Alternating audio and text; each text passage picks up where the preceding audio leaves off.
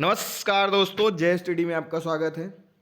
हम लोग प्रतिदिन रात 8 बजे प्रश्न उत्तर की श्रृंखला का अध्ययन कर रहे हैं, जिसमें हम उत्तर का विस्तृत रूप से अध्ययन करते हैं। आपका यूपीपीसीएस प्री 2023 14 मई को होने वाला है। उसके मद्देनज़र ये सीरीज चलाई जा रही है, जो आपके एग्ज़ाम हॉल में सहजता प्रदान कराने में काफ़ी हितकारी साबित होगा। इसी श्रेणी में आज का जो हमारा पहला प्रश्न है, ये आज की श्रेणी भी हिस्ट्री से ही है। लगभग प्राचीन इतिहास की मिक्सअप हिस्ट्री है इसमें। आइए देखते हैं। पहला प्रश्न है हमारा कि कलिंग के राजा खारवेल का संबंध निम्नलिखित में से किस राजवंश से था। हिंदी वाले ऑप्शन देखते रहें, कमेंट बॉक्स में अपना आंसर देते रहें। महामेधवाहन वंश, हर्यक वंश, रठभोजक वंश या सातवाहन वंश।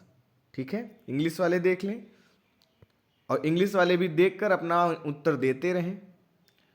कई लोगों का यह कहना था कि इंग्लिश में भी दिया जाए, इसलिए हिंदी इंग्लिश दोनों में दिया जा रहा है। तो अब आप हिंदी इंग्लिश दोनों लोग ये प्रश्न को देख लिए होंगे। अपना उत्तर आप लोग सबमिट करते रहिए, अधिकतर लोग सही देंगे। तो इसका जो सही प्रश्न का उत्तर है वह है आपका ऑप्शन ए। ऑप्शन ए इसका सही उत्तर है, महामेधावन वंश। आइए देखते हैं कि कलिंग के राजा खारवेल महामेधवाहन वंश से जुड़े थे। महामेधवाहन वंश मौर्य साम्राज्य के पतन के बाद कलिंग का एक प्राचीन शासक वंश था।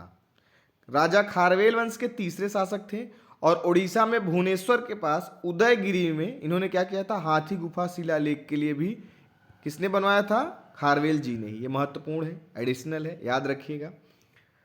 दूसरा प्रश्न है हमारा, सिंपल प्रश्न है कि बौद्ध धर्म में 3 रत्न का क्या अर्थ है।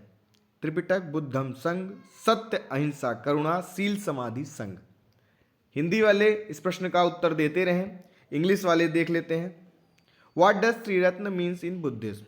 आपके पास ऑप्शंस हैं A, B, C and D. आप लोग भी अपना उत्तर सबमिट करते रहें। तो इस प्रश्न का जो सही उत्तर है वह है आपका ऑप्शन बी, बुद्ध, धम्म और संघ। आइए इसकी व्याख्या देख लेते हैं। सही उत्तर क्या है, बुद्ध, धम्म और संघ। संस्कृत में त्रिरत्न का अर्थ है 3 रत्न। बुद्ध, धम्म यानी धर्म यानी उनकी शिक्षा, और संघ यानी उन्हीं सभी के समुदाय जो शिक्षाओं का पालन करते हैं। ठीक है, तो यह बुद्ध, धम्म और संघ 3 रत्न बुद्ध के हैं। अगला है हमारा कि निम्नलिखित में से कौन सा शहर है जो हड़प्पा शहर नहीं है। यह भी एक सिंपल प्रश्न ही है। लोथल, धौलावीरा, मेहरगढ़ या सोतक का को। हिंदी वाले इस प्रश्न का उत्तर देते रहें, इंग्लिश वाले देखेंगे which one of the following was not a Harappan city. Lothal, Dholavira, Mehrgarh, Sotakoha. तो इस प्रश्न का इंग्लिश वाले भी उत्तर देते रहे। जो इस प्रश्न का सही उत्तर है वह है मेहरगढ़, क्योंकि मेहरगढ़ नवपाषाणकालीन स्थल है। आइए, महत्वपूर्ण स्थल है, देख लेते हैं इसके बारे में। ये कई बार इसके पहले हो चुका है एक बार लेक्चर में, तो ये गलत नहीं होना चाहिए था आप लोगों का। मेहरगढ़ सिंधु नदी घाटी के पश्चिम में बलूचिस्तान पाकिस्तान के कच्ची मैदान में बोलन पास के पास स्थित एक नवपाषाणकाल स्थल है। यह उत्तर पूर्वी भारतीय उपमहाद्वीप में सबसे पहले ज्ञात नवपाषाणकाल स्थल भी है, जिसमें खेती यानी गेहूं और जौ के साक्ष्य भी यहाँ से मिले हैं। पशुचारण, मवेशी, भेड़ और बकरियां और धातुक्रम के प्रारंभिक प्रमाण यहाँ से मिले हैं। इस मद्देनजर यह बहुत महत्वपूर्ण स्थल है। अगला प्रश्न है कि गुप्त काल का साहित्यकार कौन है। भैरवी, कालिदास, हरिसेन या उपरोक्त सभी। हिंदी वाले इस प्रश्न का उत्तर देते रहें, इंग्लिश वाले देख लें। Who is the writer of the गुप्त पीरियड। भैरवा, कालिदास, हरिसेन या सभी। तो आप जानते हैं कि गुप्त काल राइटरों के लिए, लेखकों के लिए बहुत स्वर्णकाल कहा जाता था। तो इस प्रश्न का जो सही उत्तर है वह आपका ऑप्शन डी, उपयुक्त सभी। आइए इसकी व्याख्या देख लेते हैं। गुप्त साम्राज्य की अवधि को भारतीय इतिहास का शास्त्रीय युग या स्वर्ण युग कहा जाता है। वेरी इंपॉर्टेंट फैक्ट, याद रखिएगा, कई बार एग्जाम में पूछा गया है। फ्यायान एक चीनी तीर्थयात्री था जो चंद्रगुप्त द्वितीय के शासनकाल के दौरान एक धार्मिक मिशन पर भारत आए थे। इस काल में अनेक साहित्यिक कृतियों की रचना थी। कालिदास ने अभिजन शकुंतलम नहीं, अभिज्ञान शकुंतलम, ये गलत हुआ होगा, अभिज्ञान शकुंतलम और मेघदूतम जैसे नाटक लिखे। किसने, कालिदास जी ने। विशाखा दत्त ने क्या लिखा, मुद्रा राक्षस, वेरी इंपॉर्टेंट। चंद्रगुप्त एक महान राजा बताया गया, जिसमें किसमें, मुद्रा राक्षस में। भाषा ने रामायण और महाभारत के लिए विषयों के साथ 13 नाटक लिखे। किसने, भाषा ने। दंडी ने काव्यादर्श और 10 कुमार चरित्र, महत्वपूर्ण इनकी बुक है। ये पूरा पोस्टमार्टम हो जाता है गुप्त वंश का, आप देख रहे हैं। भैरवी ने किरात अर्जुनीय की रचना की, जिसमें किरात और अर्जुन के बीच युद्ध का वर्णन है, ये भी महत्वपूर्ण है। पंचतंत्र की रचना विष्णु शर्मा ने की, यह विषयों या संदेशों के साथ विभिन्न कहानियों का संकलन है। तो गुप्त वंश के सभी लगभग हमने कवियों के बारे में जान लिया कि उनकी कृतियां क्या है। जैन धर्म इनमें से किन 2 संप्रदायों में विभक्त हुआ? यह भी सिंपल प्रश्न है, सबको आना चाहिए। नहीं आ रहा है तो कहीं न कहीं आपकी तैयारी में त्रुटि है, उसको सुधारिए। कापालिक एवं कालमुख, महायान एवं हीनयान, आजीवक एवं न्यायवैशिक, श्वेतांबर एवं दिगंबर, ये आपके पास ऑप्शन है। ठीक है, हिंदी वाले अपना उत्तर देते रहें। इंग्लिश वाले देखेंगे कि Jainism was divided into which of these 2 sects. ठीक है, आपके पास ऑप्शन है। तो इस प्रश्न का जो सही उत्तर है वह है आपका ऑप्शन डी, श्वेतांबर और दिगंबर।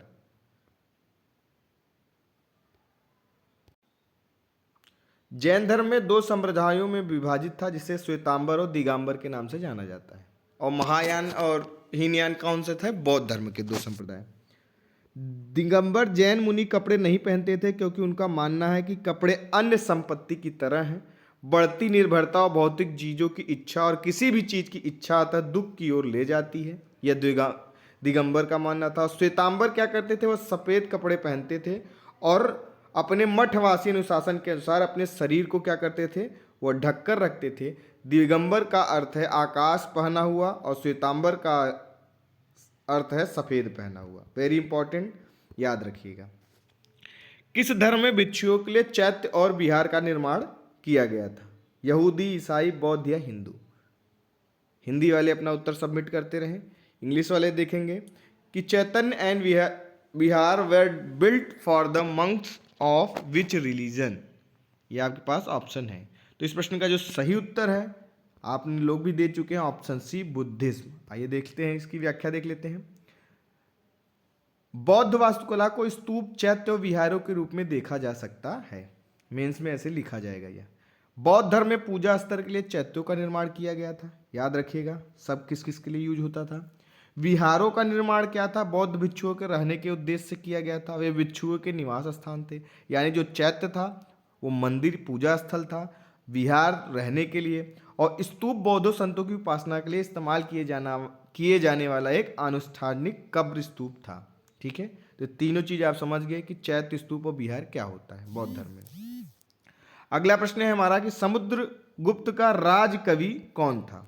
ठीक है, तो समुद्रगुप्त के राजकवि कौन थे उसके बारे में यह पूछ रहा है। बाणभट्ट, हरिसेन, चंद्रबरदाई या भवभूति? हिंदी वाले अपना उत्तर देते रहें। Who was the court poet of Samudragupta? English वाले देख लें, बाणभट्ट, हरिसेन, चंद्रबरदाई या भवभूति? तो इस प्रश्न का सही उत्तर है ऑप्शन बी, हरिसेन। आइए इसकी व्याख्या देख लेते हैं कि हरिसेन गुप्त सम्राट समुद्रगुप्त के दरबारी कवि थे। इलाहाबाद स्तंभ शिलालेख को प्रयाग प्रशस्ति के नाम से भी जाना जाता है। इसमें हरिसेन द्वारा रचित 33 पंक्तियां हैं, याद रखिएगा। इलाहाबाद स्तंभ लेख या प्रयाग प्रशस्ति लेख किसके द्वारा? हरिसेन के द्वारा। प्रयाग प्रशस्ति गुप्त वंश के राजनीतिक इतिहास के बारे में जानने के लिए महत्वपूर्ण अभिलेख के स्रोतों में से एक है। समुद्रगुप्त कई कवियों और विद्वानों का संरक्षक था, जिसमें एक कौन थे? हरिसेन। भारत का नेपोलियन भी समुद्रगुप्त को कहा जाता है। समुद्रगुप्त के समय संबंधित एक युद्ध कुल्हाड़ी प्रकार का सोने का सिक्का हरियाणा में निम्नलिखित में से किस स्थान पर पाया गया? महत्वपूर्ण है, उत्तर देते रहे। कोसली, रोहाना, मिताथल या रानिया? हिंदी वाले इसका प्रश्न का उत्तर देते रहे। इंग्लिश वाले देखेंगे इस प्रश्न को। A battle axe type gold coin belonging to the time of Samudragupta has been found at which of the following places in Haryana? Kosli, Rohna, Mitathal या रानिया? तो इस प्रश्न का जो सही उत्तर है वह है आपका ऑप्शन सी, मिताथल यानी हिसार। आइए इसकी व्याख्या देख लेते हैं। मिताथल हिसार में समुद्रगुप्त के समय का एक युद्ध कुल्हाड़ी प्रकार का सोने का सिक्का मिला है। कुल्हाड़ी प्रकार का सोने का सिक्का यह 4वीं शताब्दी गुप्त वंश से है। ठीक है, अगला प्रश्न है हमारा कि निम्नलिखित में से कौन गुप्त काल के दौरान चिकित्सा पर अपने कार्यों के लिए जाने जाते हैं? शौनक, नागार्जुन, चरक या सुसूत्र? यह प्रश्न सबको आना चाहिए। आज हमने लेवल मिक्सअप किया हुआ है, कुछ टफ कुछ स्लो, तो सब कुछ सही होना चाहिए आज। हिंदी वाले इसका उत्तर दें, इंग्लिश वाले देखें कि who among the following is known for his work on medicine during the गुप्त पीरियड। तो इस प्रश्न का जो सही उत्तर है वह है आपका सुश्रुत। सॉरी, इसमें नीचे दिया भी हुआ है, तो आइए इसकी व्याख्या देख लेते हैं कि सुश्रुत भारत में सबसे प्रसिद्ध चिकित्सक और सर्जन है। वह गुप्त काल के दौरान चिकित्सा पर अपने कार्य के लिए जाने जाते हैं। यद्यपि उन्होंने 5वीं शताब्दी के दौरान अभ्यास किया, लेकिन चिकित्सा और शल्य चिकित्सा में उनके कई योगदान पश्चिमी दुनिया में इसी तरह की खोजों से पहले थे। श्रुतुत संहिता सुश्रुत द्वारा लिखी गई थी, यह भी महत्वपूर्ण है। ठीक है, अगला प्रश्न है हमारा कि भारतीय मैकियावेली किसे कहा जाता है? कौटिल्य को, विशाखदत्त को, मेगस्थनीज को, चंद्रगुप्त मौर्य को। महत्वपूर्ण प्रश्न है यह भी। इंग्लिश वाले इसको देख लेंगे कि मैकियावेली किसे कहते हैं। ठीक है, अपना उत्तर सबमिट करते रहें।